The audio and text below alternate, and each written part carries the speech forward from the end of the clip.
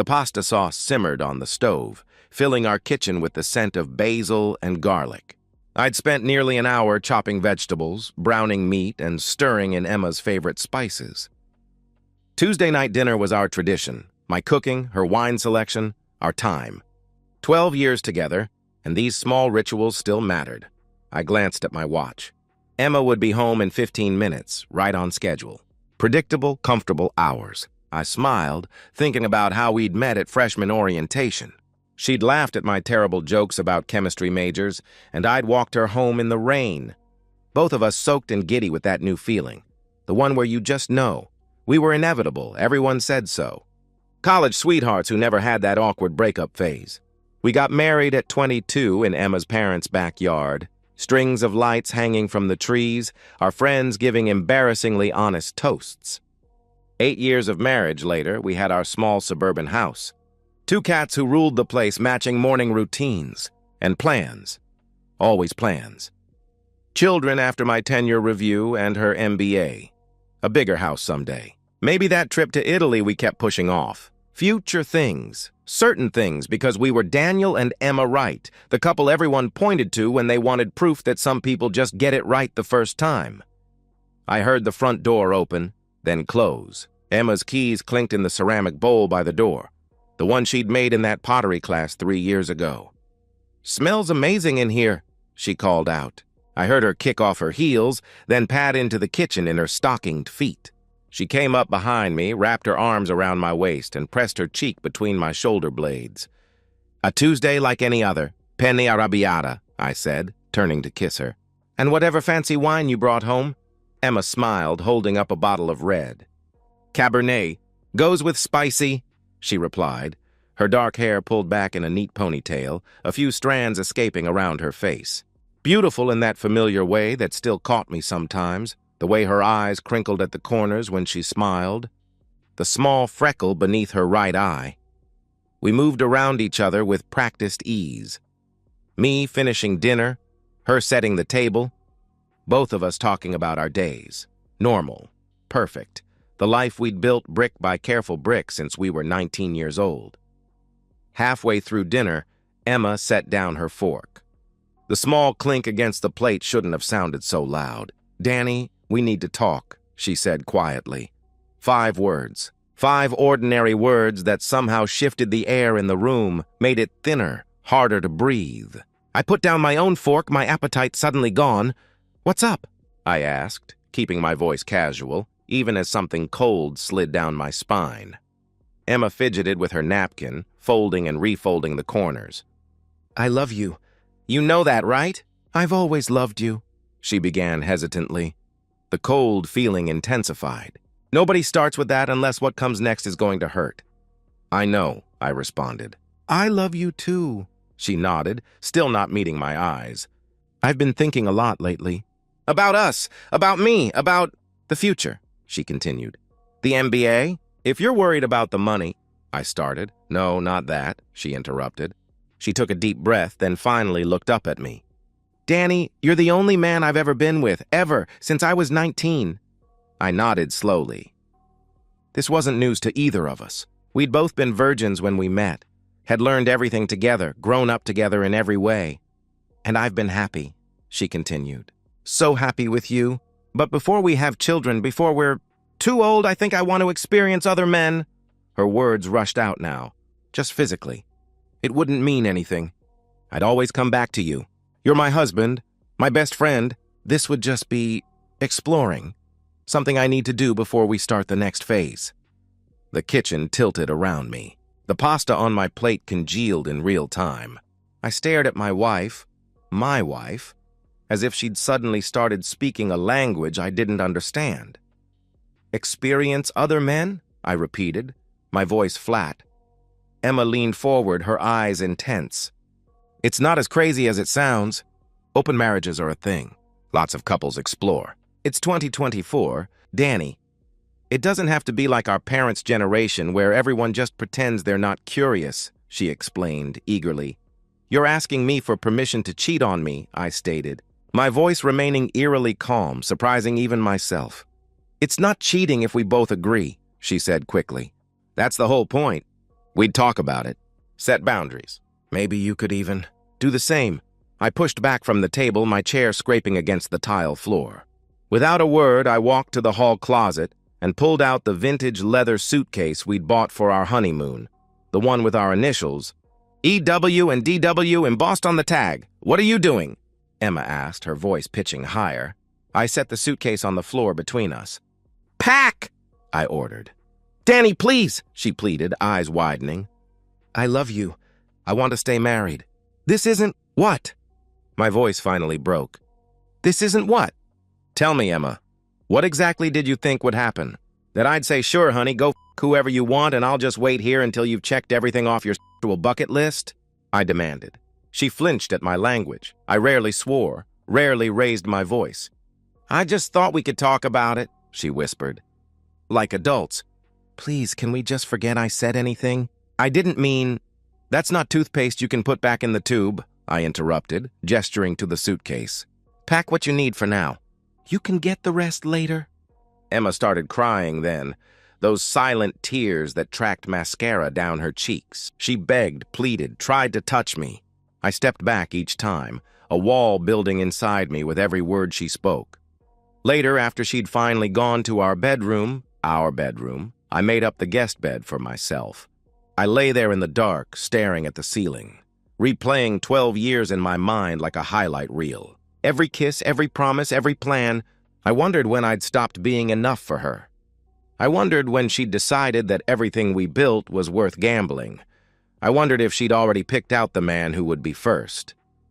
I didn't sleep. Who could sleep? I lay in the guest room, listening to Emma's muffled sobs through the wall, feeling nothing but a strange, hollow emptiness where my heart should be. When the first gray light of dawn filtered through the blinds, I got up. My body moved mechanically, shower, shave, dress, while my mind remained detached, already making lists, planning. By 7, I was at the kitchen table with my laptop, researching divorce attorneys. I found one who offered a free phone consultation at 8 a.m. and marked the number. Then I navigated to their website and printed out their preliminary separation documents, a starting point, they called it. Black and white pages that would dismantle 12 years in clinical legal language. When I heard Emma stirring, I made the call. The attorney was brisk, professional, outlining the process in North Carolina for a no-fault divorce. I took notes, asked questions about the house, our savings, the timeline. He promised to email me more detailed information and forms by noon. I hung up just as Emma appeared in the kitchen doorway. She looked terrible. Hair tangled, eyes swollen and red, wearing one of my t-shirts that hung to her knees. Her expression was cautiously hopeful, as if she'd convinced herself overnight that I'd calmed down, that we could pretend last night never happened. Then she saw the phone in my hand, the papers on the table, and something in her face changed. Panic turned to anger. "Are you serious right now?"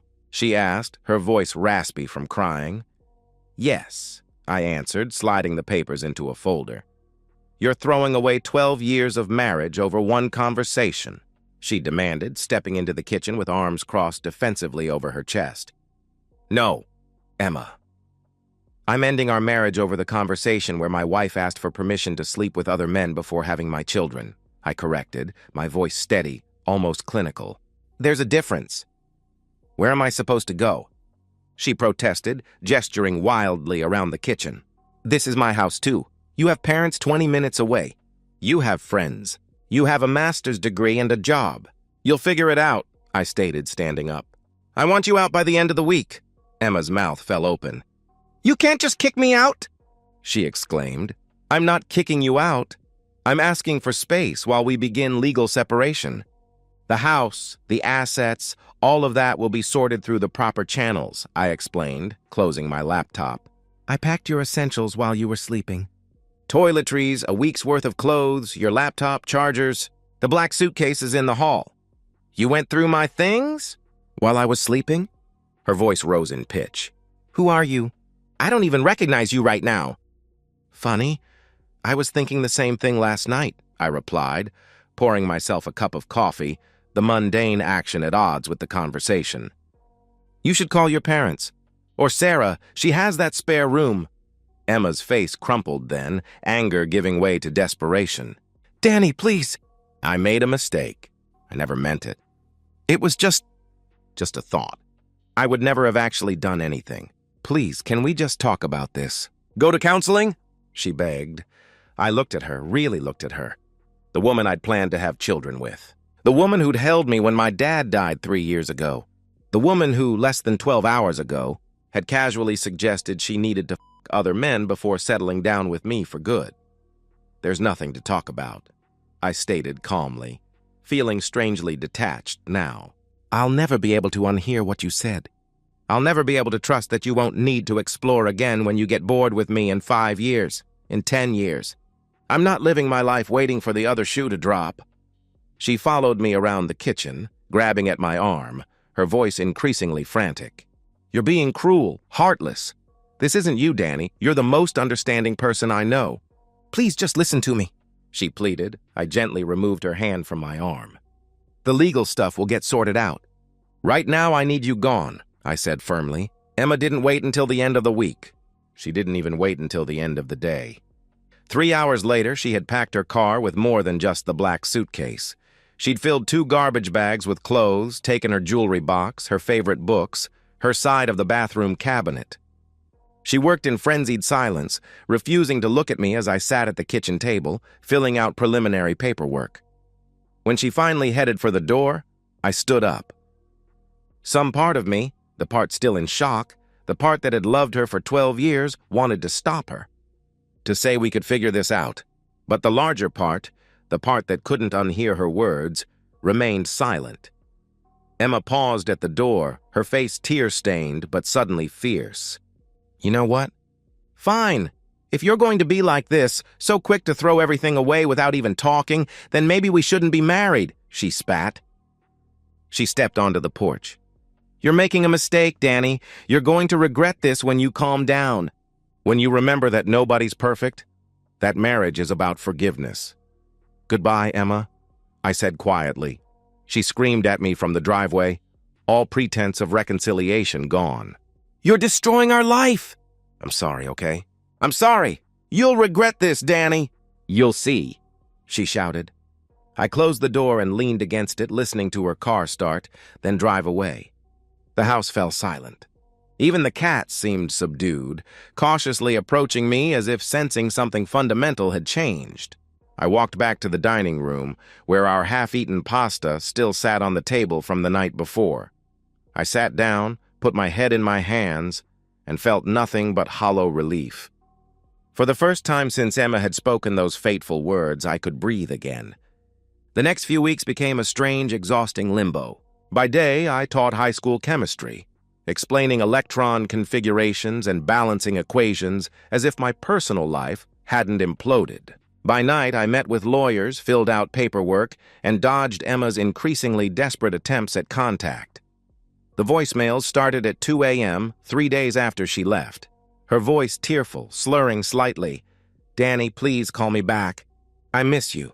I miss us. I made a horrible mistake. Please just talk to me, she pleaded into my voicemail. A week later, she showed up at school during my lunch break, forcing me to have the vice principal escort her from the building while my students watched wide-eyed through the classroom window. That night, her mother called, her voice conciliatory and manipulative by turns. Emma is just confused right now, Daniel. She's going through something. Young people these days have all these ideas from the internet, Mrs. Parker explained. Her voice turned pleading. She loves you. She's devastated. Can't you at least meet with her? Hear her out?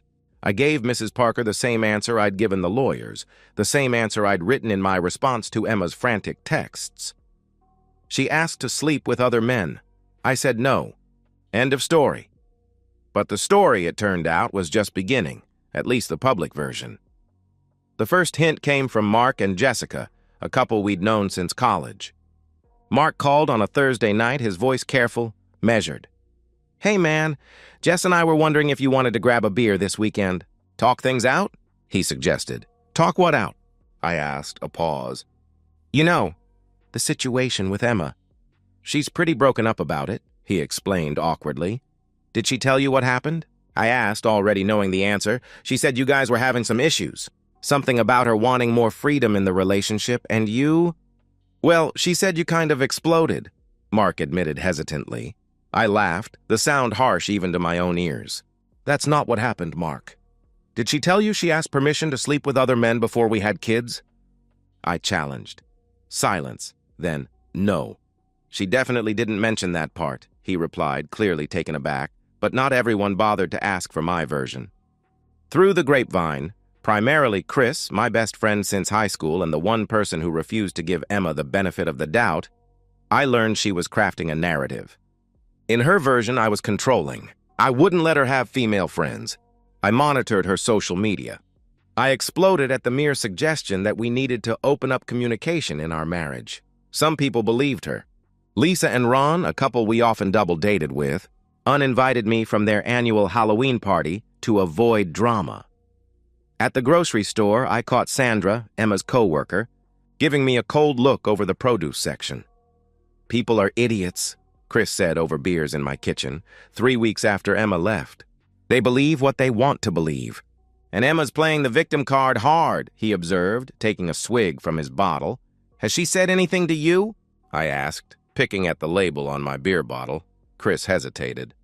She texted me last week, asked if I'd talk some sense into you. I told her I knew the real story and to lose my number, he admitted. But, there's something else you should know. She's on dating apps already. Hinge, Bumble, all of them. Ellie saw her profile. Ellie was Chris's wife who'd been friends with Emma since college. The information should have hurt. Instead, it just felt pathetic. The moment she asked, she already cheated in her heart, Chris continued, echoing what I'd been telling myself for weeks. You just saved yourself years of wondering when she'd actually do it. The next day, I ran into Sarah, Emma's closest friend, at the coffee shop near our house. Our house, I still thought of it, though Emma hadn't been back in almost a month. Sarah spotted me, then made a beeline for my table, her expression a mix of determination and awkwardness. Daniel, she greeted, sliding into the seat across from me without asking. How are you? Fine, Sarah, you? I replied evenly. I'm worried about you too, she confessed, leaning forward. Have you considered couples therapy? Emma says she's willing. She says she'd do anything. I set down my coffee. Can I ask you something, Sarah?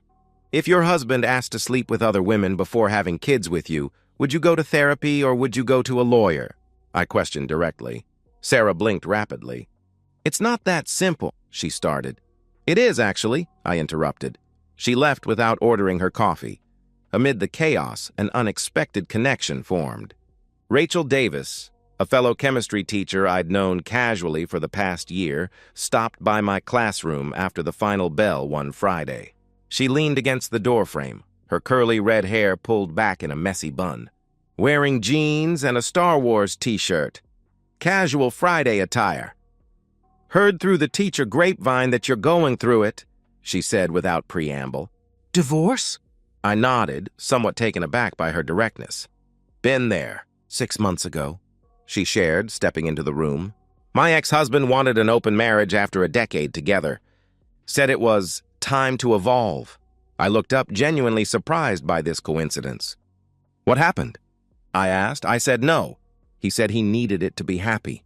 So I filed for divorce, she explained with a shrug, but I could see the lingering hurt in her eyes. Want to grab coffee? Not as a date, she added quickly. Just as two people who understand a specific kind of betrayal. At the coffee shop, not the one near my house, but one across town where we were less likely to run into people we knew, Rachel and I talked for 2 hours. Not just about our failed marriages, though that was the entry point. Also about teaching, about books, about the awful school cafeteria food. It was the first normal conversation I'd had in weeks. As we were leaving, Rachel said something that lodged in my chest. The hardest part is everyone else thinking you should have compromised. Like your boundaries made you the bad guy. I felt seen for the first time since Emma had uttered those 5 words that shattered everything. The divorce was finalized 3 months later. Quick, clean, no kids to complicate things. I kept the house.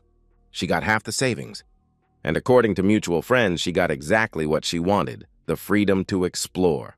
I didn't care anymore. Or at least I told myself I didn't. 6 months after signing the final divorce papers, I stood in what used to be our guest room, now transformed into a home office with a desk I'd built myself, walls painted a deep blue that Emma would have hated. The cats, Luna and Orion, sprawled across the windowsill in patches of afternoon sun. From the backyard came the excited barking of Copper, the rescue dog I'd adopted 3 months ago, a lab mix with one floppy ear and boundless energy who still hadn't convinced the cats to be his friends. The house felt different now. I'd rearranged furniture, replaced the bedding, hung new art. I'd started cooking recipes that had nothing to do with Emma's preferences: spicy curries, elaborate stir-fries, things she would have wrinkled her nose at. Small reclamations that added up to something larger. This space was mine now. Shaped by my choices alone, I ran into old friends sometimes, at the grocery store, at the gym, who would ask cautiously how I was doing. I could see it in their eyes. They expected me to be broken, diminished, still bleeding from the wound of Emma's departure. I wasn't. I was tired, yes, sometimes lonely but also lighter. Like I'd set down a heavy bag I hadn't realized I'd been carrying. Work became my sanctuary. My students, perceptive as teenagers often are, noticed the change in me. "You seem happier, Mr. Wright," Zoe, a junior with a gift for chemistry, commented one day after class. "More present," she observed. She wasn't wrong. I'd started an after-school chemistry club that focused on practical experiments, making soap, brewing root beer, creating biodegradable plastics. To my surprise, it became popular, drawing students who'd never shown much interest in science before. The principal stopped by one afternoon and mentioned, with a hint of wonder, that I seemed to have gotten my spark back. It was an unintentional reminder that people had noticed my decline in that final year with Emma, even if I hadn't recognized it myself. How long had I been fading, becoming a muted version of myself to accommodate her restlessness? Rachel and I started dating officially 4 months after my divorce. We approached it slowly, carefully, deliberately. On our third date, sitting in a quiet corner of a tapas restaurant, we had honest conversations about our respective divorces. He framed it as evolving together, Rachel said, twisting the stem of her wine glass. Said if we really loved each other, we'd want each other to experience everything life had to offer. "I actually tried it for 3 months, she admitted. "You did," I responded, unable to hide my surprise. She nodded, her expression clouded with remembered pain. I thought maybe I was being too traditional, too closed-minded. "So I agreed to an open marriage with strict rules. Always tell the other person, no mutual friends, no emotional attachments." She laughed bitterly. 2 weeks in, I found out he'd been sleeping with a coworker for 6 months already. The whole ethical non-monogamy thing was just his retroactive justification. "I'm sorry," I said, reaching for her hand across the table. "Don't be," she replied, squeezing my hand. "I learned something valuable. I'd rather be alone than compromise my self-respect." She paused thoughtfully. "What about you? Do you ever wonder if you should have tried harder with Emma? Gone to therapy?" I considered the question seriously. "No," I answered finally. The moment she asked that question, something fundamental broke. I couldn't unhear it, couldn't unthink it. Every time I looked at her afterward, I just kept wondering when she'd leave, who she'd be with. "That's no way to live." Rachel nodded, understanding in her eyes. "You chose yourself. There's courage in that," she affirmed. Our relationship developed differently than what I'd had with Emma.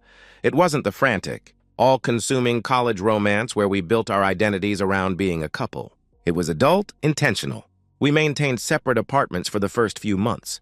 We didn't rush into physical intimacy. We talked, really talked, about what we wanted, what we feared, what we'd learned from our failed marriages. Rachel had a 14-year-old daughter, Mia, from her previous marriage. She shared custody with her ex, having Mia every other week in alternating holidays. I met Mia casually at first. No pressure, no forced bonding. Just stopping by to drop off something for Rachel, joining them for pizza one night, helping Mia with a chemistry project when she mentioned struggling in science class. "You explain it better than my teacher," Mia said afterward, giving me a tentative smile. No offense to Mrs. Rodriguez. None taken, I reassured her with a wink. I'll pass that along in the teacher's lounge. Her smile widened at my response. It wasn't always smooth. Mia had her moments of teenage attitude, especially on days when she'd just returned from her dad's house. Rachel and I had our disagreements about schedules, about how much time to spend together, about the future. But we talked through them, without the weight of a decade of accumulated grievances that had burdened my conversations with Emma toward the end. One Saturday in early spring, Rachel and I were at the farmer's market, debating the merits of different types of honey, when I spotted Jessica, Emma's cousin, across the crowded aisle. She did a double take, her eyes widening when she saw Rachel laughing at something I'd said, her hand casual on my arm. Later that night, my phone buzzed with a text from an unknown number. It was a blurry photo, clearly taken at the market. Rachel and I, smiling at each other over a display of local cheeses. The message read simply, "Really? Already?" I showed Rachel the text. Her expression darkened momentarily, then cleared. "The right person doesn't make you feel guilty for moving forward," she observed, curling up beside me on the couch. "They celebrate that you're happy."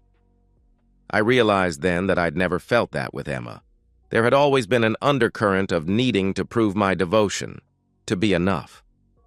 Rachel didn't need me to be anything other than who I was. The revelation was both simple and profound. 9 months after my divorce, Rachel and I moved in together, her place, not mine, because it was closer to Mia's school and felt like neutral territory, unburdened by the ghosts of previous relationships. We blended our lives carefully, my books next to hers on the shelves, my coffee mugs alongside her tea collection, Copper learning to coexist with her elderly cat, Mr. Darcy. It felt like building something from scratch with quality materials, rather than renovating a structure with a cracked foundation. For the first time in years, I felt like I was standing on solid ground. Almost exactly a year after Emma packed her bags, my phone lit up with a message from an unblocked number. I didn't recognize it at first. Then I saw the name, Emma. Sunday morning sunlight streamed through the kitchen windows, casting long rectangles of gold across the hardwood floor. Rachel sat at the table in her pajamas, reading the weekend paper and absently scratching Mr. Darcy behind the ears. Copper circled my feet as I flipped pancakes. His nose raised hopefully each time I set down the spatula. "You know," Rachel remarked, not looking up from her newspaper, "we should take that Portland trip next month. Mia has a 4-day weekend for teacher conferences." "Sounds good to me," I agreed, sliding a pancake onto a plate. Weather should be decent in May. It was an ordinary moment, domestic, peaceful hours. The kind of moment that had once seemed impossible during those dark weeks after Emma left. My phone buzzed on the counter. I glanced at it, expecting a text from Chris about our planned hike later that afternoon. Instead, an unfamiliar number appeared on the screen, with a preview that made my stomach drop. "Danny, it's Emma. I know you blocked my old number, but please—" I hesitated, finger hovering over the notification. Part of me wanted to delete it unread, to maintain the clean break that had allowed me to rebuild my life. But curiosity, or perhaps some lingering need for closure, won out. I opened the message. It was long, the paragraph stretching down the screen like a digital confession. "Danny, it's Emma. I know you blocked my old number, but please read this before deleting. I've spent a year trying to understand what I threw away, and I can't stop thinking about what an idiot I was. I've dated around 12 men in the past year, some briefly, a few for months. None of it was what I expected. The men were shallow, treating me like a conquest or a placeholder. The intimacy was empty, mechanical, nothing like what we had. I thought I was missing out on something profound, but I only discovered how rare what we had truly was. I realize now I made the biggest mistake of my life. I let insecurity and FOMO poison the best thing that ever happened to me. I let stupid internet articles and friends' stupid stories make me think I was missing something. I want to try again, Danny. I want to come home. I'll do therapy, I'll work for it, I'll spend years earning back your trust if that's what it takes. I just need a chance to show you I'm still the woman you loved. I'm still your Emma. I know I don't deserve it, but I'm asking anyway. Can we meet? Can we just talk? I'm still your Emma. I'm still the girl who laughed at your jokes. I'm still here, Danny. Please. I read it 3 times, searching my heart for any flicker of longing, any urge to respond with something other than rejection. There was nothing, just a mild sadness for the woman I'd once loved or thought I'd loved. Rachel noticed my expression. Everything okay? She asked, setting down her paper. Without comment, I handed her the phone. She read Emma's message, her face carefully neutral, then set the phone down on the table between us. What do you want to do? She asked simply. It was the right question. Not, what are you going to do, or you're not considering this, are you? Just, what do you want? I picked up the phone, staring at Emma's words. A year ago, they would have leveled me. 6 months ago, they would have made me angry. Now, they felt like a message from someone I used to know, sad but distant. I typed several responses, deleting each one. Too angry, too detailed, too much like I still cared. Finally, I settled on something simple. Emma, I don't doubt that you regret your choice, but the woman I married would never have asked that question in the first place. That woman is gone. Maybe she never existed the way I thought she did. I've moved on. I'm happy. I'm with someone who never made me feel like I wasn't enough. I hope you find whatever you're looking for, but it isn't going to be with me. Take care. I hit send before I could second-guess myself. Then, before she could respond with more pleas or justifications, I blocked the number. Rachel watched me do this, her expression soft. She reached across the table and squeezed my hand. Are you okay? She asked gently. Yeah, I answered, and realized with mild surprise that it was true. I really am. I set the phone face down on the table and went back to making pancakes. Rachel returned to her newspaper. Copper continued his hopeful kitchen patrol. Life continued, undisturbed by the ghost of a past that no longer had power over me.